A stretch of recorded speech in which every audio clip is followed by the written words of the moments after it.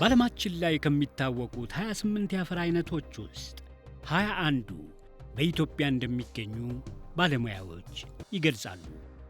በዚህ ታላቅ የተፈጥሮ በረከቷ ዘውትር የሚደመሙት የዘርፉ ባለሙያዎችም የአፈር ሚውዚየም የሚለውን ስያሜ ሰጥተዋታል። ትንሽ የማናጅመንት ድጋፍ ካገኘ ብዙ ማምረት እንችል 90 ኩንታል በቆሎ የሚያመርት 60 ኩንታል 70 ኩንታል ስንዴ የሚያመርት አፍሪካ ውስጥ የለም። እንደዚህ የለም።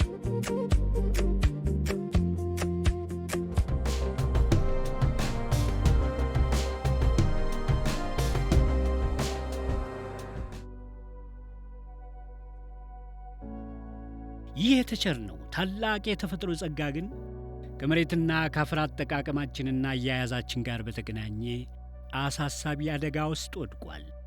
እንደሚታወቀው የሀገራችን ሰብል ከሚውል መሬት ውስጥ ወደ 43% በአሲዳማነት ችግር የተጠቃ ነው። እነዚህ አካባቢዎች በአብዛኛው በከፍተኛ ደጋማና ወይና ደጋማ አካባቢዎች ውስጥ የሚገኙ በመሆኑ በቂ የዝናብ እርጥበት የነበረው ለብዙ አይነት ሰብል ምርት ሊውል የሚችል ከፍተኛ የሀገሪቷን የምግብ ፍላጎት የሚያሟላ አካባቢ የነበረ ነው።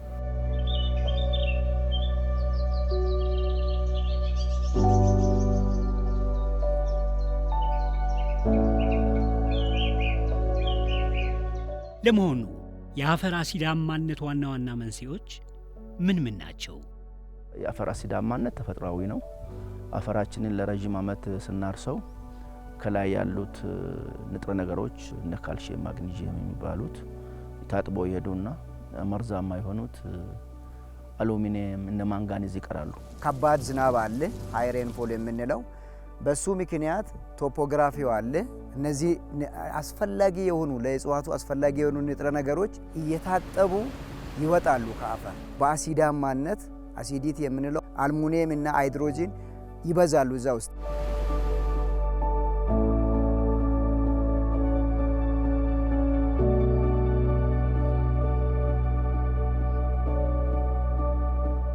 በጥንቃቄ ልታይ የሚገባው ነገር የምንጨምራቸው ማዳበሪያዎች ዩሪያ፣ ዳፕ በተፈጥሯቸው አሞኒየም ስለያዙ አሞኒየም የያዘ ነገር ደግሞ አሲዳማ ያደርጋል አፈርን በሂደት።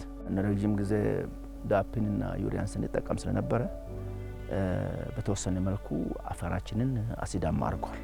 በተጠቀሱትና በሌሎችም ተያያዥ ምክንያቶች የሚከሰተው የአፈር አሲዳማነት በመሬት ምርታማነት ላይ ከፍተኛ ተጽዕኖ ያሳድራል። የግብርና ሚኒስቴርም በሚሰጠው ማብራሪያ 50 ኩንታል ማግኘት የሚገባው አርሶ አደር 5 ኩንታል የሚያገኝበት ሁኔታ እንዳለ ነው። እንግዲህ በኢትዮጵያ ግብርና ሚኒስቴር ይህንን የሶይል አሲዲቲ ጉዳይ የሚከታተለው ክፍል የችግሩን ግዝፈት ያሳወቀው። የአፈር አሲዳማነት የሚፈጥረው ችግር ምርታማነትን በመቀነስ ብቻ የተገታ አይደለም። የምርት ግብዓቶችን ኤፊሺየንሲ በከፍተኛ ደረጃ ይቀንሳል። በዘልማድ የምንጠቀምባቸው ሁለቱ የማዳበሪያ አይነቶች የዲኤፒ ወይም የኤንፒኤስ ዝርያ እና ዩሪያ ናቸው። የነዚህ ኤፊሺየንሲዎች በአብዛኛው አሲዳማ አፈር ላይ ሲወሰድ ከ50% በታች ነው። በአገር ደረጃ ደግሞ ከፍተኛ ማለናዊ አፈሰን የምናመጣው ማዳበሪያ ጥቅም እየሰጠ አይደለም ማለት ነው። ይሄ ደግሞ የሚሆነው በአንድና በሁለት የአርሶ አደሮች ላይ ሳይሆን 50% ሊሆነው የአገሪቱ አፈር ላይ ነው። የአገር ሸክም የሆነ ችግር ነው።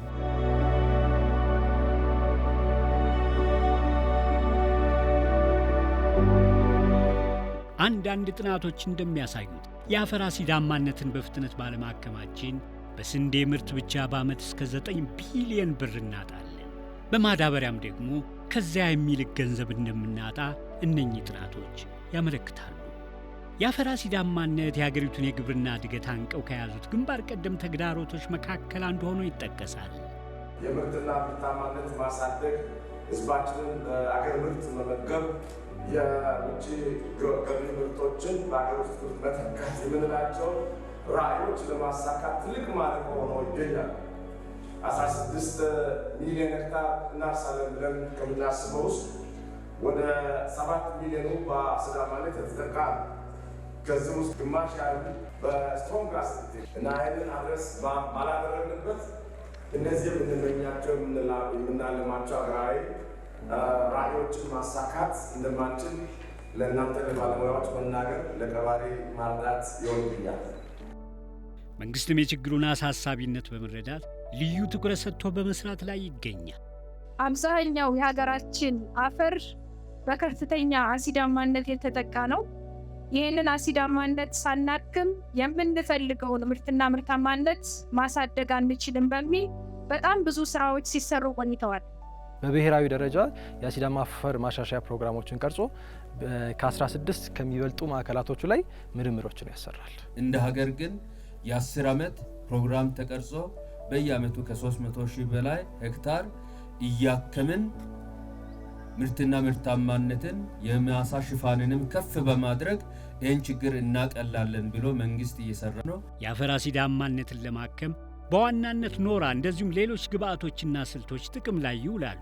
ኮምፖስት፣ ቨርሚ ኮምፖስት፣ ሌሎች ነገሮችን ከኬሚካል ማዳበሪያ ጋር ተጠቅሞ አሲዲቲን ማከም ይቻላል። የዓለም አቀፍ ልምድም የአገራ ውስጥም ያለን ልምድ የሚያሳየው ኖራ አማራጭ የሌለው ማለት በጣም ዓለም የሚጠቀምበት እና ዋናው የአሲዲቲ ማከሚያ ነው።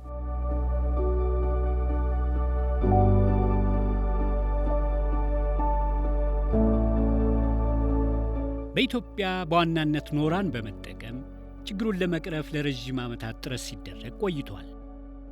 መንግስት ከፍተኛ መዋዕለ ንዋይ መድቦ በአሲዳማ የተጠቁ የመልክዓ ምድር አካባቢዎችን ለማከም ከፍተኛ ጥረት ሲያደርግ ቆይቷል። ይሁንና ይሄ ጥረት ባለው የኖራ አቅርቦት ስርጭት እንዲሁም በአሲዳማ መሬት የተጠቃው ጂኦግራፊ አካባቢ ያለው ርቀት በሚፈለገው መጠን ችግሩን ለመቅረፍ የሚወሰደውን ጥረት በከፍተኛ ደረጃ ወደ ኋላ ሲጎትት ቆይቷል።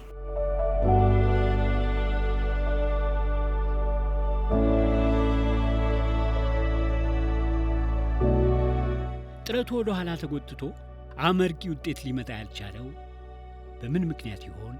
ኖራ እንደሚታወቀው ለአንድ ሄክታር ከ20 እስከ 30 ኩንታል ድረስ ልንጠቀም የሚያስገድድ ቴክኖሎጂ አይነት ነው።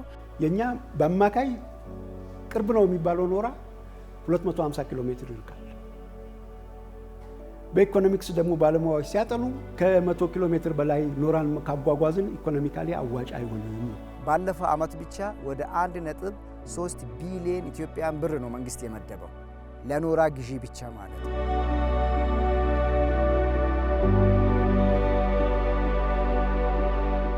በዚህ በጀት ማከም የሚቻለው 50 ሺህ ሄክታር መሬት ብቻ ነው።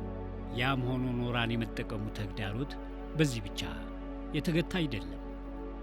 አንድ አርሶ አደር በምን አይነት አጓጉዞ ነው 24 ኩንታል ማሳ ላይ ወስዶ በአንድ ሄክታር የሚጨምረው? ስለዚህ ምን ማድረግ አለበት? ጎረቤቶቹ እንዲያግዙት ማድረግ አለበት። ልጆቹን ከትምህርት ቤት ማስቀረት አለበት። ኖራን ስንጠቀም ከዛ ጫጭኖ መምጣቱ አንድ ዕዳ ነው። ይሄን ማሳ ውስጥ ማዳረሱ ከ30 እስከ 40 እስከ 50 ሰው ያስፈልጋል። እስከ 15 ቀናት ወደ 20 ቀናት ይቆያል ምርቱ ሳይዘራ፣ እንደዛው ከመሬት ጋር ይቆያል። በቃ ይሄ ልፋት ከዛ በዝናቡ ወቅት በፀሐዩ ወቅት እንደዛው እየተሰቃየን ነበር። የእህል ችግሩን የምናምኑን አልነግርህም። ምክንያቱም ዱቄት ነው የሚጨመረው፣ የሚበንቡ ዱቄት ነው። ለመጨመርም በጣም አስቸጋሪ ነው፣ ኮሮሲቭ ነው ላይ በተፈጥሮ። ይህ ሁሉ ትግል ተደርጎ ኖራው እንኳን ተቀራቢ ቢሆን ዛሬ ያከምነው መሬት ከ3-4 ዓመት በኋላ ተመልሶ ወደ አሲዳማነት ይመለሳል። ስለዚህ ውሃ መውቀጥ ነው የሚሆነው ማለት ነው። ወደፊት መራመድ አልተቻለም። ይህንን ኖራ ስንጨምር ሰፊ የሆነ የሰው ጉልበት ይፈልጋል። ገና መካናይዝድም ስላላደረግ ነው። ይህንን ለመጨመር ብዙ ቦታ ላይ ታችሁ ከሆነ ሴቶችና ህፃናት ናቸው የሚጨምሩት። ይህንን ጫና ለመቀነስ በመንግስት በኩል አማራጭ ነገሮች መታየት አለባቸው፣ መሰራት አለባቸው በሚል ኦሲፒ ይህንን አዲስ የማዳበሪያ አይነት ይዞ መጥቶ በምርምር በኩል ሙከራ ሲደረግበት ቆይቷል።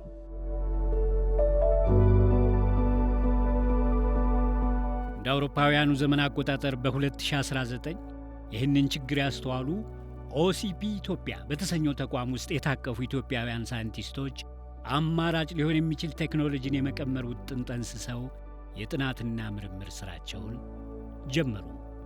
ይህን ፋሲሊቲ ወጪውን የሚሸፍነው ኦሲፒ ኢትዮጵያ ነው። ለመሆኑ ኦሲፒ ኢትዮጵያ ማን ነው?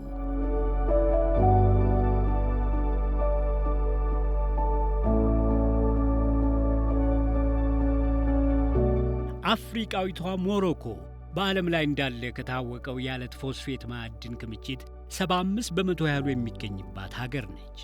ይህንን ለማዳበሪያ ዋና ግብዓት የሆነ የተፈጥሮ ሀብቷን ጥቅም ላይ ለመዋልም የዛሬ 105 ዓመት ኦሲፒ የተሰኘውን ኩባንያ አቋቋመች። በአሁኑ ወቅት ኦሲፒ የፎስፌት አለትን እንዲሁም ፎስፌት ነክ የሆኑ ኬሚካሎችንና ማዳበሪያዎችን አምርቶ ለገበያ በማቅረብ ረገድ በዓለማችን ላይ ቀዳሚውን ስፍራ የያዘ ኩባንያ ነው። ኦሲፒ ግሩፕ የአፍሪካን የማዳበሪያ አጠቃቀምና የአፈር ጤናማነትን ለማሻሻል በማሰብ በስሩ ኦሲፒ አፍሪካን እንደ አውሮፓውያኑ ዘመን አቆጣጠር በ2016 አቋቋመ። ኦሲፒ አፍሪካም በ18 ሀገራት ውስጥ በስሩ 18 ንዑስ ድርጅቶችን አቋቁሞ በመስራት ላይ ይገኛል። ኦሲፒ አፍሪካ ስር ከተቋቋሙት ድርጅቶች መካከል ኦሲፒ ኢትዮጵያ አንዱ ነው። ሁላችሁም እንደምታውቁት ኦሲፒ ኢትዮጵያ ከግብርና ሚኒስቴርና ከክልል ተቋማት ጋር በመተባበር ማዳበሪያን የማበጀትና የግብርና ልማት ስራዎችንም ያከናውናል።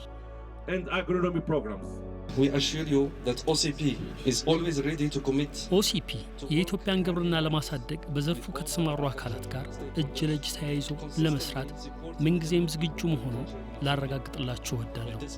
በዚህም ኦሲማሳን ለማላመድና በሰፊው ለማስተዋወቅ እየፈጸምናቸው ያሉት ተግባራት ውጤታማ እንደሚሆኑ ሙሉ እምነት አለ።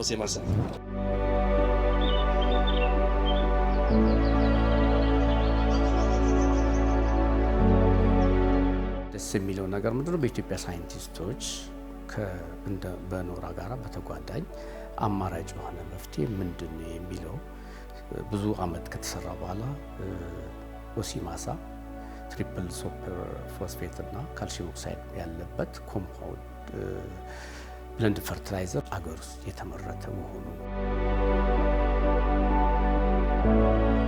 ይህንን ለማምረት ሁለት ነገሮች ነው የሚያስፈልገው። አንደኛው ቲኤስፒ የሚባል የፎስፌት ፈርቲላይዘር ነው የሚያስፈልገው። ሁለተኛው እንክብል ኖራ ነው የሚያስፈልገው። የሚጨመረው ዶዝ አይደለም ያንን ችግር የሚቀርፈው ሰርፌስ ኤሪያ የምንለው ነው። የተፈጨ ኖራን በእንክብል ደረጃ ስታመጣው መሬት ውስጥ ሲገባ በጣም ስለሚበተንና ብዙ አካባቢን ስለሚያዳርስ በዛ ውስጥ ያለውን አሲዳማነት የመቀነስ ባህሪ ያመጣል ማለት ነው። በአንድ ጊዜ ሁለት ነገር ነው የሚሰጠው። አፈር ውስጥ የታሰረውንም ፎስፈረስ ከታሰረበት ይፈታል ወይም አፈሪን ኒውትራላይዝ ያደርጋል። ሁለተኛ ፎስፈረሲንም ዳፕን ተክቶ ወደ አፈር ይጨምራል ማለት ነው። እነ ዳፕ ማለት ነው። ይሄ ኦሲማሳ የሚባለው ፕሮዳክት ደግሞ በትንሽ መጠን ያ ማለት እስከ 2 ኩንታል ለአንድ ሄክታር በመጠቀም የአሲዳማነትን አሻሽሎ ምርትና ምርታማነትን ከፍ ማድረግ የሚችል ቴክኖሎጂ መሆኑን እንግዲህ በእኛም በምርምር በመጣንበት ሂደት ለመለየት ሞክረናል። ኦሲማሳን በሀገር ውስጥ ለማምረት እንዲቻልም ቀደም ሲል በመንግስት ድጋፍ በገበሬዎች ህብረት ሥራ ማኅበራት ከተገነቡ የምጥን ማዳበሪያ ማቀነባበሪያ ፋብሪካዎች መካከል በመርከብና በበቾ ወሊሶ ማቀነባበሪያዎች ላይ መሠረታዊ ጥገናና የቴክኖሎጂ ማሻሻያ ተደርጎላቸዋል። በዚህም በመጀመሪያው ዙር በመርከብ የምጥን ማዳበሪያ ማቀነባበሪያ ፋብሪካ የሙከራ ምርት ተመርቶ በአሲዳማ አፈር የተጠቁ አካባቢዎች ለሚገኙ አርሶ አደሮች ማሰራጨት ተችሏል።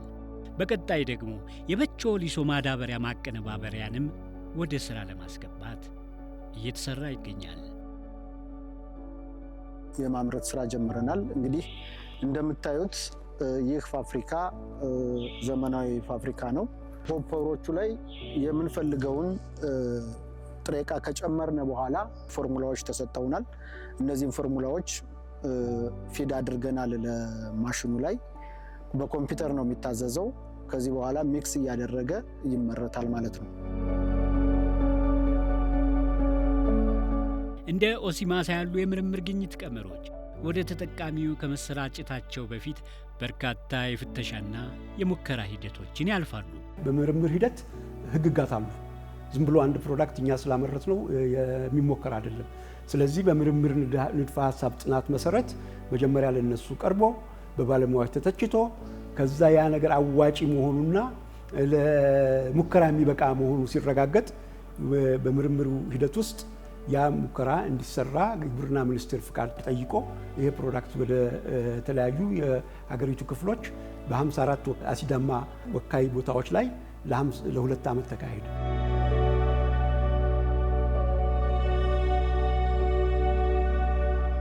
በኦሮሚያ፣ በአማራ፣ በደቡብ በሲዳማ በሴንትራል ኢትዮጵያና ደቡብ ምዕራብ ኢትዮጵያ ላይ ሰርተናል። ስለዚህ እነዚህ ደግሞ በአብዛኛው 90% የሚሆነው አሲዳማ አፈር የሚከልሉ ክልሎች ናቸው።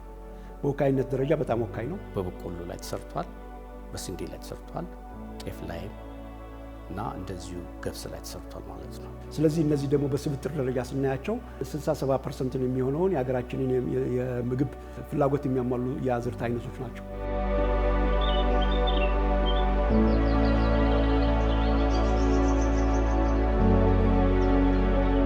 የሙከራ ጥናትና ምርምር ስራው ለዚሁ ተብለው በተቋቋሙት መንግስታዊ ተቋማት እንዲከናወን ተደረገ።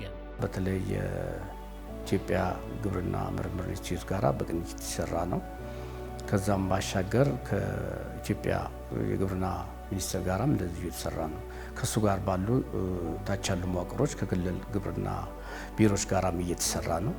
ወረድ ብለንም ከዞንም ከወረዳ እስከ ቀበሌ ድረስ ያሉ የግብርና መዋቅሮች ላይ እየሰራን ነው። ጥናቱ ሲሰራ ከእያንዳንዱ ባለድርሻ አካል ጋር ስራ ውል ተፈራርመን በዛ መሰረት እኛ ፋይናንሱን ብቻ እና ፕሮዳክቱን ስንሰጥ አብዛኛው ምርምር ስራ የተሰራው መንግስት ለዚህ ጉዳይ በአዋጅ መብትና ግዴታቸው የሆነ መንግስት ተቋማቶች ናቸው የሰሩት። በፌዴራልም የክልል መንግስታት ማለት ነው። ከኢትዮጵያ ግብርና ምርምር ኢንስቲትዩት ጋር አግሪመንት ፈጽመው የሬት ዲተርሚኔሽን በተለያዩ በርከት ባሉ የአርሶ አደር ማሳዎች ላይ ለ1 ሄክታር ቢበቃውን ያህል መጠን ስንሰራ ቆየን። የምርምር ተቋሞቻችን ኃላፊነት ወስደው ይሄ ሙከራ ይሰራ ብለን ባደረግነው ውይይት በዚህ ዓመት በቆሎ ላይ እና ጤፍ ላይ ትልቅ ፖቴንሻል ስለሆነ የሰርቶ ማሳያ የምርምር ስራዎች ተሰርተዋል።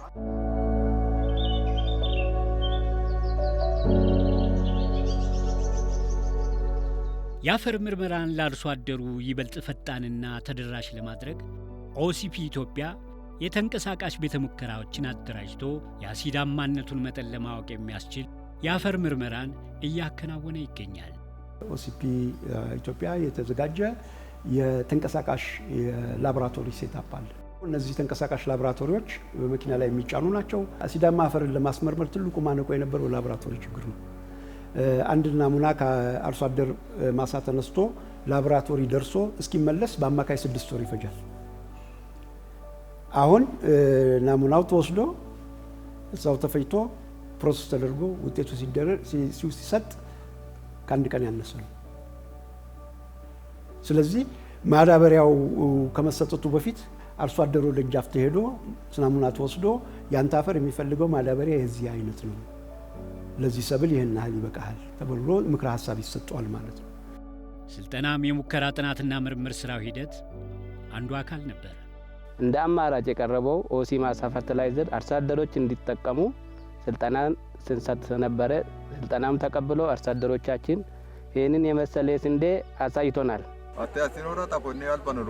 ስንዴ ስናመርት ኖረናል። አሁን እንደተሰጠን አይነት ስልጠና ግን አግኝተን አናውቅም። ስለዚህም ስንዴን በዚህ መልኩ ማምረት እንደሚቻል በተሰጠን ስልጠና አማካኝነት አውቀናል።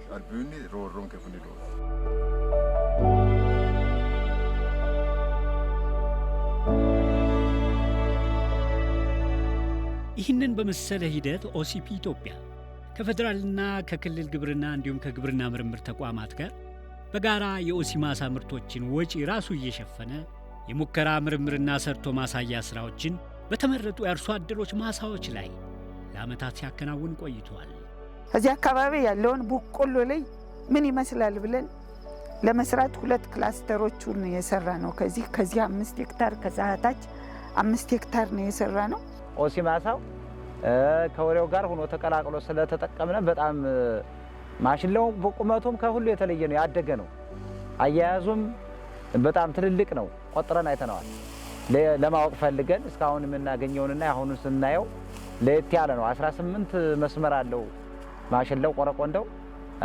ወደ ላይ ፍሬው 52 ፍሬ ያንዳንዷ ስንቆጥራት ማለት ነው። ከቁመቱ ርዝምናው እንዴት እንደረዘመ አሰፋፉ ላይ እንዴት እንደሰፋው እግሩ እንዴት እንደወፈረ እሩና የዘመን ማሽላ ዩት ማን ሲሉ የነከረሙ ማለት ነው። የመጡ ሲያዩት ነው የከረሙ ፊት ማለት ነው። የምናገኝበትኝ ማሽላው አዘለው አንዳንድ ነው የሚያዝል እስከ 20 ኩንታል ምናምን አገኝበታለሁ። ይሄን 25 20 አገኝበታለሁ። አሁን ግን ከ40 በላይ ይወጣዋል። ለምን 2 ስለያዘ ማለት ነው።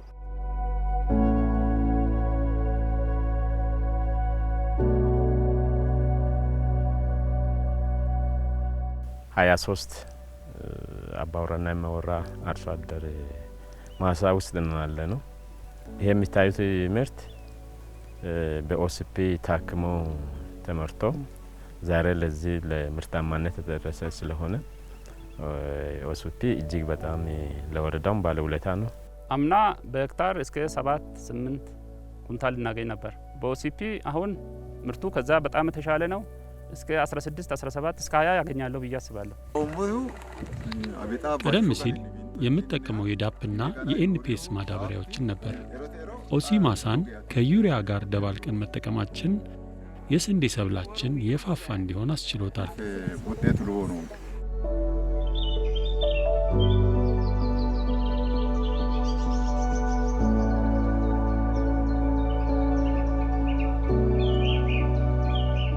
የኦሲማሳ ምጥን ማዳበሪያ ለአጠቃቀም ምቹና ቀላል መሆኑ በአርሶ አደሮቹ የተወደደለት ሌላኛው ባህሪው ነው። የመጣለን ማዳበሪያ ለየት ያለና ቆንጆ ማዳበሪያ ነው። ኖሪያውም ማዳበሪያውም አንድ ላይ ነው። ለአስራርም ያሁኑ አይከብደንም ማለት ነው። ኦሲማሳ የነፊ ኤዲካ ማዳበሪያ በፊት ኖራ ስንጠቀም ለ1 ሄክታር ከ20 እስከ 30 ኩንታል ያስፈልገን ነበር። ኦሲማሳ ምጥን ማዳበሪያ በሄክታር 2 ኩንታል ብቻ ነው የሚያስፈልገው። ልፋትን ከመቀነስም ሆነ ከወጪ አንጻር ኦሲማሳ በጣም የተሻለ ነው። የድሮ ኖሪያ ከዛ ለማጓጓዝ ከዛ ከቀበሌ የሚያከማቹበት ለማጓጓዝ ብዙ ችግር ነበረብን። አሁን በዚህ በኦሲማሳ አጠቃቀም መስመረው ብቻ አዘጋጅተን በአንድ ቀን ማዳበሪያም አሁን ምርቱም አሁን አንድ ቀን ምንዘራ።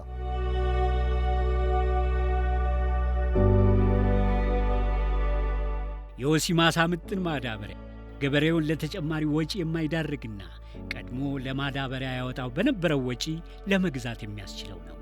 ድሮ የሚጠቀመውን ዲኤፒ ነው በኦሲማሳ የሚቀይረው። አዲስ ነገር አላመጣንም። ስለዚህ ተጨማሪ ኮስት የለበትም። ያንኑ የሚጠቀመው ማዳበሪያ አሲዳማነትን እንዲከላከል አድርገን ነው ያደረግነው። የኦሲማሳ ምጥን ማዳበሪያ የአፈር አሲዳማነትን በማከሙ ረገድም አመርቂ ውጤቶችን አስመዝግበዋል። መሬቱን ያሻሽላል። ለሚቀጥሉት አሲዳማነቱን እያሻሻለ ይሄዳል። በአንድ ዓመት ውጤታችን አሳይተን በሚቀጥለው ይህንን በተደጋጋሚ ሲጠቀሙ ደግሞ መሬቱ ደግሞ የበለጠ በዘለቄታው ጥሩ ውጤት ያገኛሉ። የኢትዮጵያ ግብርና ምርምር ኢንስቲትዩት በተለያዩ ማዕከላቶች ውስጥ አስጠንቷል ይሄንን በተለያዩ አግሮ ኢኮሎጂዎች። ስለዚህ ያ በምርምር የተሻለ መሆኑ ተረጋግጧል። የኦሲማሳ ማዳበሪያ ውህድ ውጤታማነትን ከፍ ካደረጉት ባህሪዎቹ መካከል እንደየሰብሉ አይነትና የአፈሩ አሲዳማነት መጠን በተለያዩ ቀመሮች መዘጋጀቱ ነው። የኦሲማሳ ወደ 6 አይነት ግሬዶች አሉ። ግሬድ 1፣ ግሬድ 2፣ ግሬድ 3፣ ግሬድ 4 የምንላቸው። እነዚህ ግሬዶች በክሮፕ የተቃኙ ናቸው። የገብስ ፎርሙላ አለ፣ የጤፍ ፎርሙላ አለ፣ የስንዴ ፎርሙላ አለ፣ የበቆሎ ፎርሙላ አለ። አንዳንዶቹ ደግሞ ለ2-3 ክሮፖችም ሊሆኑ ይችላሉ በአማካኝ ማለት ነው። ስለዚህ እንደየ ሰብሉ ፍላጎት እንደ ሶይሉ የአሲዲቲ ሌቭል ጥንካሬ የሚሰራ ፎርሙላ ነው። ጥናትና ምርምሩ ሲጠናቀቅ የኢትዮጵያ ግብርና ምርምር ኢንስቲትዩት የግኝቶቹን ሀተት አዘጋጅቶ ለግብርና ሚኒስቴር አቀረበ። እነኚህ ግኝቶችም ኦሲፒ ኢትዮጵያ ካዘጋጀው ሀገር አቀፍ አውደ ጥናት በተጨማሪ የግብርና ሚኒስቴር በጠራውና በሚኒስትር ዴኤታው ፕሮፌሰር ኢያሱ ኤልያስ በተመራው መድረክ ላይ ቀርቦ ተገመገመ። በዚህም የኦሲማሳ ምጥን ማዳበሪያ ከኖራ ጎን ለጎን ጥቅም ላይ ሊውል የሚችል አማራጭ ቴክኖሎጂ እንደሆነ ተመሰከረለት። ያም ሆኖ በይፋ ጥቅም ላይ ከመዋሉ አስቀድሞ ከኖራና ከሌሎች የማዳበሪያ አይነቶች ጋር የንጽጽር ጥናት እንዲከናወንበት በመድረኩ ላይ ከስምምነት ተደረሰ።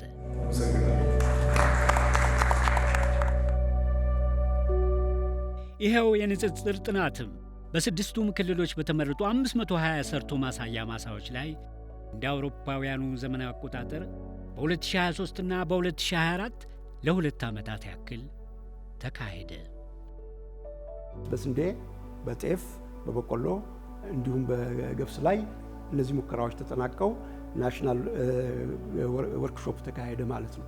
በዚህ ወርክሾፕ ላይ ሲካሄድ ዋናው ግኝቱ ምንድን ነበረ ስንል ከኤንፒኤስ ከ20 እስከ 30% የምርት ጭማሪ ያለው በምርት እኩል ነው ከኖራ ጋር ሲወዳደር ማለት ነው። ኖራና ማዳበሪያ አንድ ላይ ሆነው ሲወዳደሩ ብዙ ለውጥ አልታየበትም። ስለዚህ ነገር ግን የምንጨምረው መጠን በጣም ዝቅተኛ ነው። ከ2 ኩንታል እስከ 3 ኩንታል ነው። በማንኛውም አሁን ባለው የገበያ ሰንሰለት ማዳበሪያ በሚሰራጭበት ስርጭት ለገበሬ ሊደርስ ይችላል።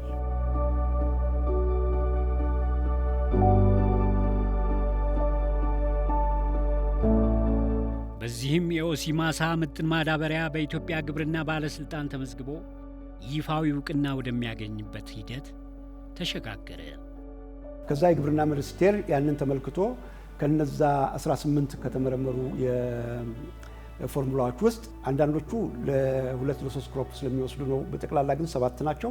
11ዱ ለኮመርሻል ፕሮዳክሽን እንዲበቁ እንዲመዘገቡ ሬኮሜንዴሽን ተሰጠ ማለት ነው። ባለስልጣኑ ደግሞ በራሱ በባለሙያተኞች የተባለውን ነገር ወስዶ ከፕሮዳክሽን ላይ ሳምፕል ወስዶ ላቦራቶሪ በራሱ መንገድ አሰርቶ ከዛ በኋላ ነው ያ ሰርቲፊኬት የሚሰጠው። ለ7 ተከታታይ ዓመት በትራያል ወይም በሙከራ አልፏል። በሙከራ ካለፈ በኋላ መጨረሻ ላይ ማምረት ይችላል ተብሎ የኢትዮጵያ ስታንዳርድ ኤጀንሲ ወይም ኢንስቲትዩት የምንለው ደረጃ አውጥቶለታል። ያንን የኢትዮጵያ ደረጃ ማሟላቱን ስናረጋግጥ በእኛ ተቋም ምዝገባ ያገኛል። አስፈላጊዎቹን መስፈርቶች በሙሉ አሟልቶ በመገኘቱ የኦሲ ማሳ ምጥን ማዳበሪያ በኢትዮጵያ ግብርና ባለስልጣን ተመዝግቦ የምስክር ወረቀት ተሰጠው። ያን ሰርቲፊኬት አያይዘን እንደገና ወስደን የነዚህ ፕሮዳክቶች የባለቤትነት ፓተንትም የተገኘባቸው ናቸው።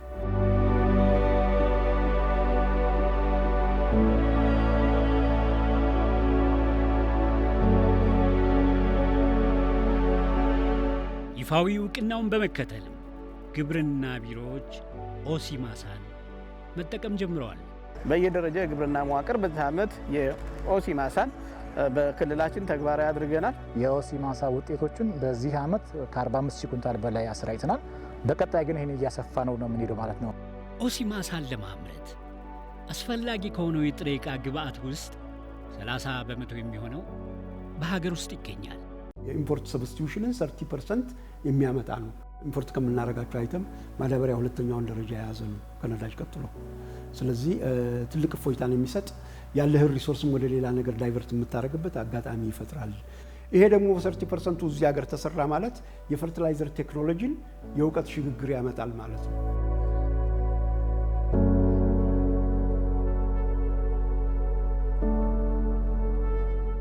የኦሲ ማሳ ምጥን ማዳበሪያ የአፈር አሲዳማነትን በማከሙና የግብርናውን ምርታማነት በማሳደጉ ረገድ ያስመዘገባቸው ውጤቶች ለአርሶ አደሮችም ሆነ ለሀገሪቱ ኢኮኖሚያዊ እድገት ትርጉም ያለውን ለውጥ ለማምጣት እንደሚያስችል አርሶ አደሮች፣ ባለሙያዎችና ከፍተኛ የመንግስት ኃላፊዎች እምነት አሳድረውበታል።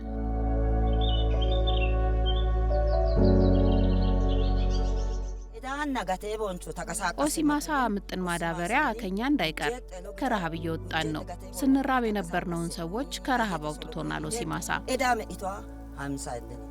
ለወደፊት ለሀገራችንም ይሄ ማዳበሪያ በመጣልን በኃይል ምርታማ እንሆናለን እንላለን። የግብርናን ትራንስፎርሜሽን ለማረጋገጥ አሲዳማነትን ማከም የአገር አጀንዳ ነው። ስለዚህ እንደ አንድ ምርጥ አማራጭና ምርጥ እድል የቀረበ ስለሆነ ይሄን ማስፋት ስራ አለ።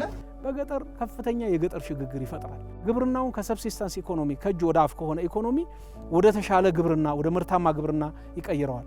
ግብርና ሲሸጋገር በገጠር የገጠር ልማት ይሸጋገራል። ላይቭሊሁድ ወይም ደግሞ የኑሮ ደረጃው ከፍ ይላል። ስለዚህ የምግብ ዋስትናው ይረጋገጣል። የምግብ ዋስትናው የተረጋገጠ ህዝብ ደግሞ የምግብ ሉዓላዊነቱን ያረጋግጣል።